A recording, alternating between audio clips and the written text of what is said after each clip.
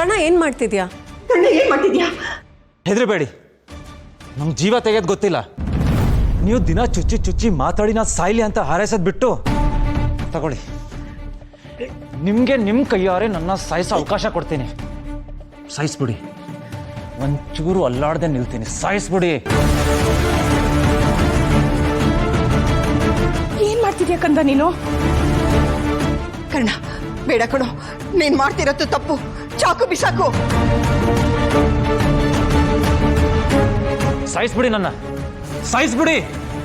ದಿನ ನನ್ನ ಮೇಲೆ ಕೋಪ ಮಾಡ್ಕೊಳ್ಳೋದಕ್ಕಿಂತ ಈ ಕೋಪದಲ್ಲಿ ನೆಮ್ಮದಿ ಕಂಡ್ಕೊಳ್ಳಿ. ಸಾಯಿಸಿ.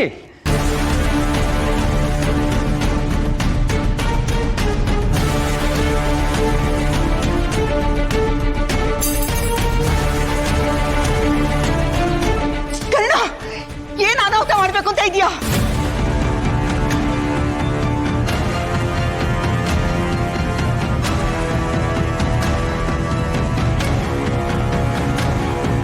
ತಪ್ಪು ಮಾಡ್ಬಿಟ್ರಿ. ದಯವಿಟ್ಟು ಇನ್ನು ಮುಂದೆ ಯಾವತ್ತೂ ಈ ಥರ ಮಾಡೋಕೆ ಹೋಗ್ಬೇಡಿ. ನಮ್ಮ ಅಮ್ಮನ ಬಗ್ಗೆ ಆಗಲಿ ಅಥವಾ ಯಾವ ಹೆಣ್ಣು ಬಗ್ಗೆನೂ ಆಗಲಿ ಈ ಥರ ಮಾತಾಡೋ ಅಧಿಕಾರ ಯಾರಿಗೂ ಇಲ್ಲ.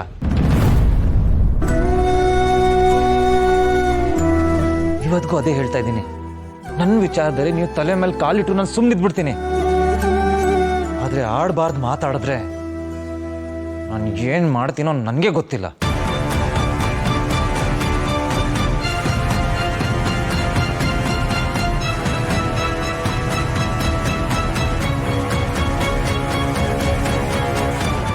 ಇನ್ನೊಂದು ವಿಷಯ, ನನಗೆ ಬೇಜಾರಾದಾಗೆಲ್ಲ ಅಮ್ಮ ಎಲ್ಲಿದೆಯಾ, ಯಾಕೆ ನನ್ನ ಬಿಟ್ಟು ಹೋದೆ ಅಂತ ಯಾವುದೋ ದಿಕ್ಕು ನೋಡ್ಕೊಂಡು ಪ್ರಶ್ನೆ ಮಾಡ್ತಿದ್ದೆ.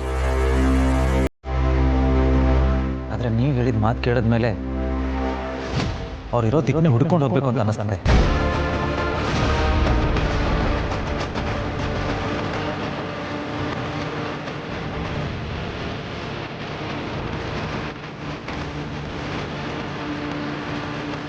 ಇನ್ನೊಂದು ಮಾತು, ಹೋಗ್ತೀನಿ ಕೂಡ.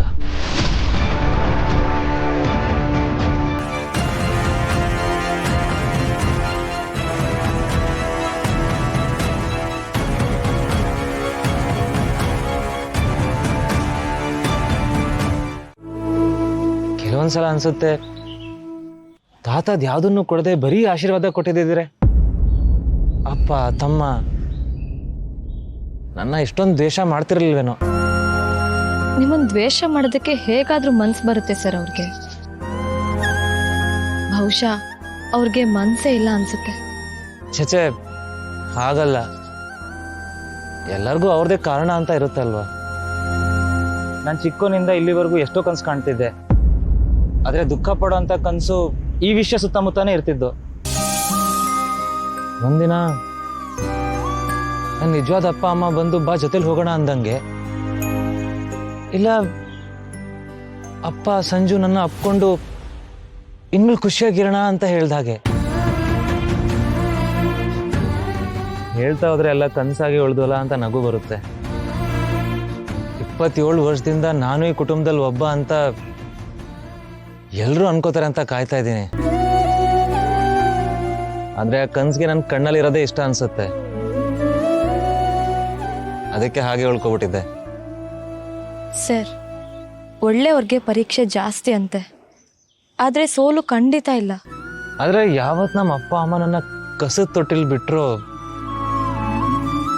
ನಾನು ಅವತ್ತೇ ಸೋತೆ ಅಂತ ನಂಗೆ ಅನ್ಸುತ್ತೆ. ಅಮ್ಮನ ಪ್ರೀತಿ ಪಡೆಯೋದ್ರಲ್ಲೇ ಸೋತೋನು ಯಾವ್ದ್ರಲ್ಲಿ ಗೆದ್ರೆ ಏನ್ ಪ್ರಯೋಜನ ಅಲ್ವಾ. ಅಮ್ಮನೇ ಮಕ್ಳಿಗೆ ಪ್ರಪಂಚ. ಅವಳೇ ನನ್ನ ಬಿಟ್ಟು ಹೋಗಿದ್ದಾಳೆ ಅಂತ ಅಂದಮೇಲೆ ಈ ಪ್ರಪಂಚ ನನ್ನ ಸ್ವೀಕರಿಸ್ಬೇಕು ಅಂತ ನಾನು ಬಯಸೋದು ತಪ್ಪಲ್ವಾ.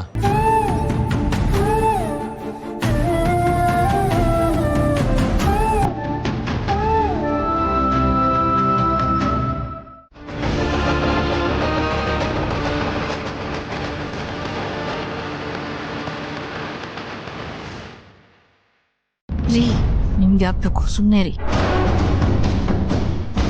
ಅಜ್ಜಿ, ಯಾವನ್ಗೋಸ್ಕರ ಡ್ಯಾಡ್ನಾಗ ಹೊರಗಡೆ ತಳ್ತಿದ್ದೀರಾ? ಏಯ್, ನಿನಗ ಅಪ್ಪ ಆಗಕ್ ಮುಂಚೆ ಇವನು ನನ್ನ ಮಗ.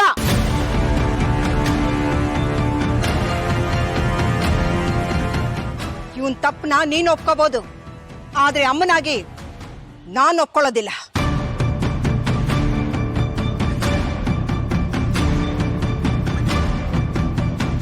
ರಮೇಶ, ಹುಡುಗಿ ಮನೆಯವ್ರು ಬರಕ್ ಮುಂಚೆ ನಾನ್ ನಿನ್ಗೆ ಎಚ್ಚರಿಕೆ ಕೊಟ್ಟಿದ್ದೆ ತಾನೆ? ಆದ್ರೂ ಮಾತ್ ಮೀರಿ ಯಾಕೋ ನಿನ್ ಕೆಳಗಡೆ ಬಂದೆ? ಆದ್ರೆ ನಿನ್ನ ಉದ್ದೇಶ ಮದ್ವೆ ನಿಲ್ಸದೇನಾ? ಆಗ್ಲೇ ನಾನ್ ನಿನ್ಗೆ ಹೇಳಿದ್ದೆ, ನಿನ್ನಿಂದ ಏನೇ ತಪ್ಪಾದ್ರೂ ಅದಕ್ಕೆ ನೀನೇ ಹೊಣೆ ಅಂತ. ಹೋಗ್ತಾ ಇರೋ. ನಿನ್ನ ಮನೆಯಿಂದ ಆಚೆ ಆಗ್ತಿರೋದಕ್ಕೆ ನನ್ಗೇನು ಬೇಜಾರಿಲ್ಲ. ಹೋಗ್ತಾ ಇರೋ. ಅಮ್ಮ, ಮನೆ ಯಜಮಾನನ್ನ ಯಾರಾದ್ರೂ ಹೊರಗಡೆ ಹಾಕ್ತಾರ? ಹೌದಮ್ಮ, ಇದ್ಯಾಕೋ ತುಂಬಾ ಅತಿ ಆಯ್ತು. ತಪ್ಪಾಗಿದೆ ಅಂದ್ರೆ ಮಾತಾಡ್ಬಿಟ್ಟು ಸರಿ ಮಾಡ್ಕೊಳ್ಳೋಣ. ಒಂದ್ ನಿಮಿಷ ಅಮ್ಮ, ಹೇಳಿ, ಆ ಕಸ ತೊಟ್ಟಿಲ್ ಸಿಕ್ದವನು ನಿನ್ನ ಹೊಟ್ಟೆಯಲ್ಲಿ ಹುಟ್ಟಿದವನಿಗಿಂತ ಮುಖ್ಯನಾ? ಹೌದು ಕಣ.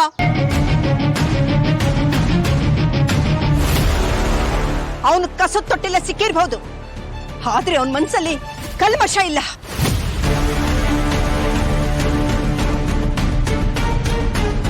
ಅವನ ಬಗ್ಗೆ ಇನ್ನೊಂದು ಮಾತು ಆಡಬಾರ್ದು ನೀನು.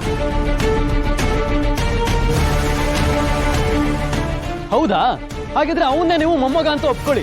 ನನ್ನ ಡ್ಯಾಡ್ ಮತ್ತೆ ಮನೆಗೆ ವಾಪಸ್ ಬರೋವರೆಗೂ ನಾನು ಈ ಮನೆಗೆ ಕಾಲಿಡಲ್ಲ. ಸಂಜು, ಏನು ಮಾತಾಡ್ಬೇಡ, ಸುಮ್ನಿರೋ. ಮಾ, ನಿಮಗೆಲ್ಲ ಯಾರು ಮುಖ್ಯ ಅನ್ನೋ ಆಯ್ಕೆ ಇದೆ, ಆದ್ರೆ ನನಗೆ ಬೇರೆ ಯಾವ ಆಯ್ಕೆನೂ ಇಲ್ಲ.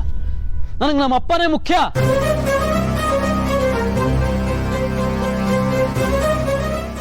ಅಮ್ಮ, ಕರ್ಣ ನಿಮ್ಮ ಕಣ್ಣಿಗೆ ಕಟ್ಟಿರೋ ಬಟ್ಟೆ ಕಳಚಿ ಬಿದ್ದ ದಿನ ನಿಮ್ಮ ತಪ್ಪಿನ ಅರಿವಾಗುತ್ತೆ.